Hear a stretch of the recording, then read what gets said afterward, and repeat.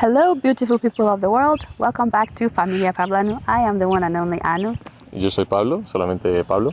And in this segment, we're going to be sharing a lot of family drama, a lot of stuff that was going on with us at the time, leading up to and including the wedding. Yeah. So there's a lot that happened. There's a lot of things. It's going to be very, very difficult to talk about. Yeah, you'll need that popcorn, definitely, for sure. It'll be a bit raw. As well as some tissues. But without further ado, let's begin. Mama Africa, your children are home. For all of our subscribers that's been liking, sharing, and subscribing, we say thank you. We appreciate you. And if you're new to our channel, welcome to Familia Pablanu. And what are you even waiting for? Have you pressed the subscribe button yet? And don't forget to press the bell button next to it so you get notifications when we post new videos. We have a series lined up for you guys. And if our videos pique your interest, we encourage you to press the like button and or super thanks. Thank you so much. We thank you. But this segment, we're going to talk about how we prepared for the wedding. Whew. Guys, hold on to your popcorn. It's about to get crazy. So, I'm not sure. I've never been evaluated, but I have some tics, and some things are this intense, like perfection and organization and things like that used to be extremely intense as a child, and I've had to try to mitigate over the years. But again, I've never been evaluated, so I can't say anything on that. But one of the things was when I first arrived in Bloomington, Indiana, from my job, I saw this chapel, this little chapel, and it was this beautiful little thing, cutest little thing ever. And it was a stone little chapel, and it was right next to where I taught a lot. And so I was like, man, this is beautiful. I want to get married here, you know. I don't know if I'm ever going to get married, but if I do, I want to get married here. So I already had that in my head.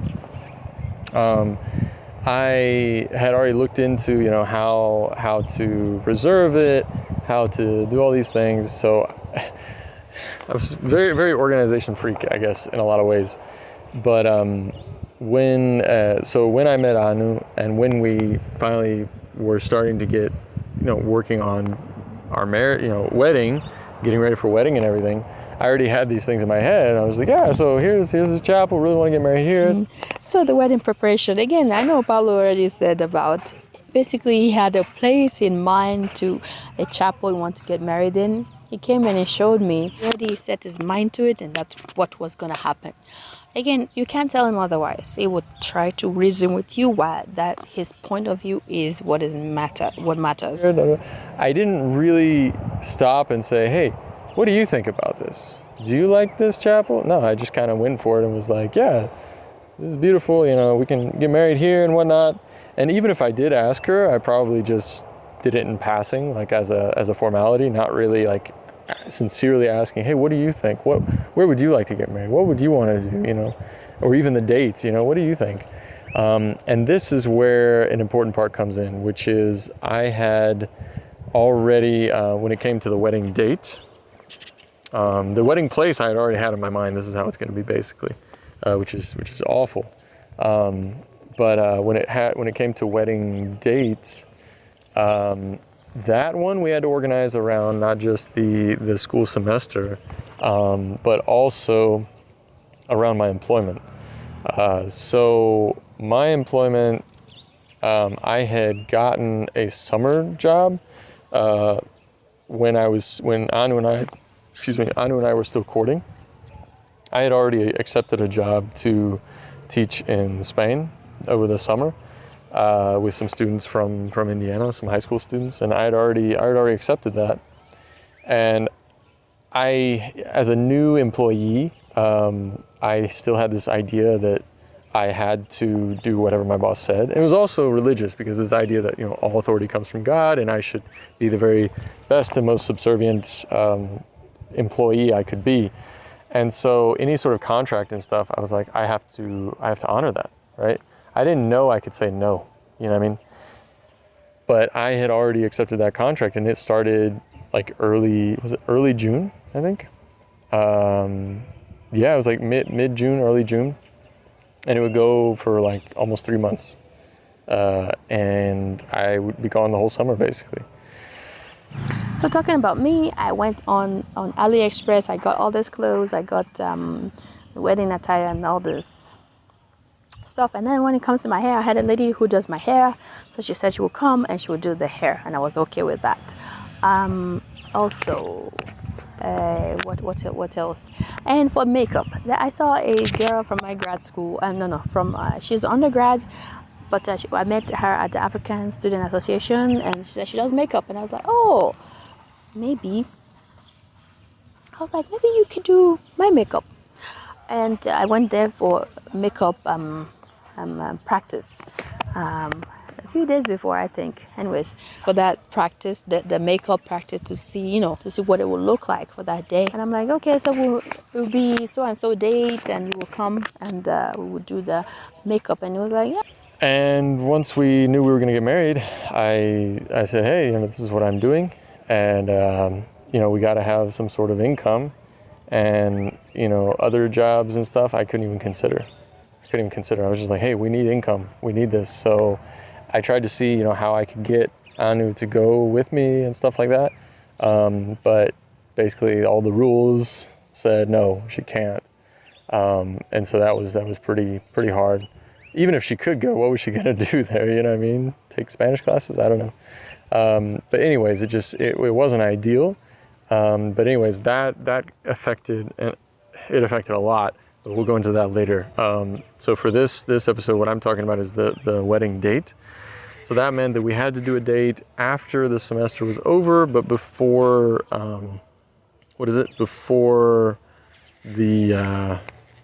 before my contract started. And for some reason, we decided on a date that was it was just like 5 days or something before I was scheduled to leave for Spain. I still don't remember why I chose that date. Again, you hear what I said, I chose that date. In fact, it was me, sort of, but it was very influenced by my dad. So when I brought up the date and I was like, hey, this is a date, I kind of talked about it with Anu, but, I think she was like, yeah, this one would be good. She really wanted it on a Saturday. I remember that for sure. She really wanted it on a Saturday. And I was like, yeah, that's fine. Yeah, we'll do that. Then my dad came in and was like, oh, well, that's your mom's birthday and this. And other people in the church, they've gotten married on the same day. He had all these stupid excuses or reasons to not have it on that day. They said, oh, yeah, this song was sung at our wedding, so you guys can use that one too. And I'm like, I don't even like that version. The version that I know is different from that. So why can't we use the version that I know? And I think they're like, They didn't even, I don't even know they heard what I said. It's as if I was a ghost. I didn't exist. They didn't listen to what I had to say at all. Again, that was the only thing. Everything else I was silent about. The one thing that I mentioned about song was ignored. So basically, they were planning a wedding about me involved. I was supposed to be there to show up to marry their son. But I wasn't carried along. I was just told what they are going to do. I wasn't asking for my opinion on anything. They just said it so. And his father was going to preach. They didn't ask. He just assumed that he's going to preach. Put himself there, put his name, and then they did the pamphlet, and that was that. Yeah, again, my parents are not in communication with me. Again, if I couldn't be by myself alone, if I was, I go into depression knowing deep down what is going on. Like, I'm no longer in communication with my parents, and everything leading into that is depressing. So I make sure there are people around me. When I'm by myself, I go into depression but I want music, I want the dancing, I want liveliness, Here he'd been saying, it's so good that, these men, they stand up and, they don't submit to, their parents when it comes to these things, their fathers, their father-in-laws, they do their own thing. And, talking about how great that is. And yet here he was influencing me, to do what he said on the wedding date with really lame excuses now that I look back and see it. But again, you always think that, it's out of the goodness of his heart. You always think that, oh, my father, he wants what's best for me, or at least that's what I believed. And here I had to go back and tell Anu, yeah, I mean, seems like Sunday will be the best day, because of, and I gave the same lame excuses, and she's like, what kind of excuses is that? No, I don't want a Sunday. I was like, there's really no other way. And that's how I explained it, because I couldn't just tell her, yeah, I just did what he said, because that would bring it too much to my consciousness. And so it's better to just kind of like anything that you're giving yourself over to something like that, where you're just showing that you're basically a puppet. You don't want to see yourself as a puppet, and so you just kind of push it away and say, oh no, I mean, there's no other choice really. We kind of have to do that just to not take responsibility for it, because as soon as you take responsibility for it, then you see that you're actually a puppet. Another thing that my dad did to influence the wedding was, I think I took it like he basically influenced everyone in the church, everyone who was part of the church and family to go. And by family, I mean everyone in the church. So he influenced them all to go by saying something like, God, really, I'm hearing from God that that we all need to be there. Everyone needs to be there in Indiana for this wedding, to support them and everything. And, I didn't necessarily believe that he was hearing that necessarily, but I just took it as a good show of support, because I was like, yeah, since Anu's family, none of them are going to be there. They're all cut off. So it's a good show of support to, add people. I think my mom even mentioned something like that, like, oh yeah, since, we all got to support, we all got to be there. But yeah, my dad did an unreal amount of pressure on everyone. Probably called everyone up who was like, sorry, I can't because I got this going on. I think he called them up and was like, this is more important. No.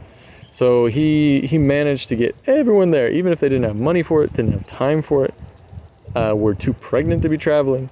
He still made sure all of them came. The day before, we had the, what do they call it, bridal shower. So my friends took me, we went to get mani-pedi, and I wore this white attire. I think I have a picture with all of my ladies, with me with the sash that says bride to be. I think of my friend, one of my friends got it from me. It says bride to be, and everyone was so happy for me. So anyway, that happened a lot in my life and in our marriage, unfortunately. But it just went to show, and in addition to that, when it came to us going on our own, that is, going on our own phone plan, for example, my dad is really sneaky.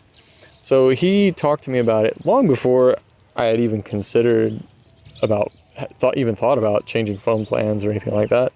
He already preempted that and talked to me and said, hey, yeah, so are y'all thinking about changing phone plans or something? I was like, oh, I hadn't thought about that. He's like, yeah, good. Because, one of your brothers and his wife, they went on their own phone plan and they just pay out their nose, every month. They pay so much money and it's just awful for them. They wish they had stayed on the plan. Your other brother and his wife, they stayed on the plan and they're doing great. They save so much.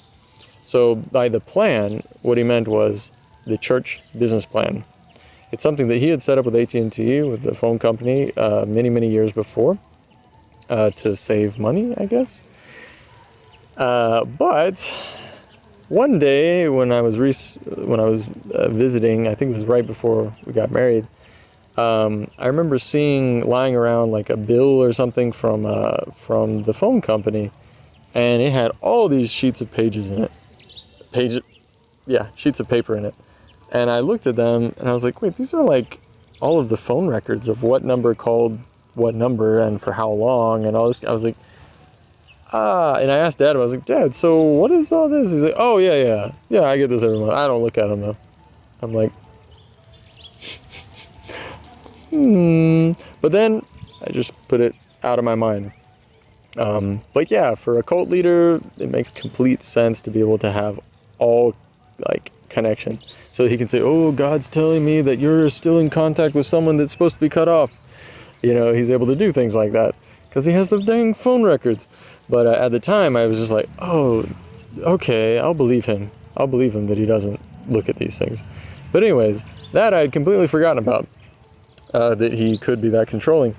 And so I just, was like, oh, okay, that sounds good. So that when Anu brought it up, it was like, hey, so we're going to get our own phone plans? I already had an answer. I was like, no, they're too expensive. We'll save a lot more money being on the business plan. She's like, yeah, but I know how much you're paying your dad per month because we pay him the bills, right? The phone bills, our percentage of it every month, without seeing any documentation for it. And she's like, yeah. Or I was like, no, I mean, it's too expensive. She's like, really? Because my single phone plan is way cheaper than your single piece that you're paying every month. And I was like, I don't know what you're talking about. It's more expensive. Maybe it has to do when it's a couple or a family plan or something. Maybe that's what's more expensive. She's like, okay. She just assumed that I had looked it up. I had never looked it up. And that's the thing. You don't research things. When our dad would tell us stuff, we wouldn't research it. We just take it as truth. Because again, I saw it as, oh, he's looking out for us. That must be why he's doing this, because he's looking out for us.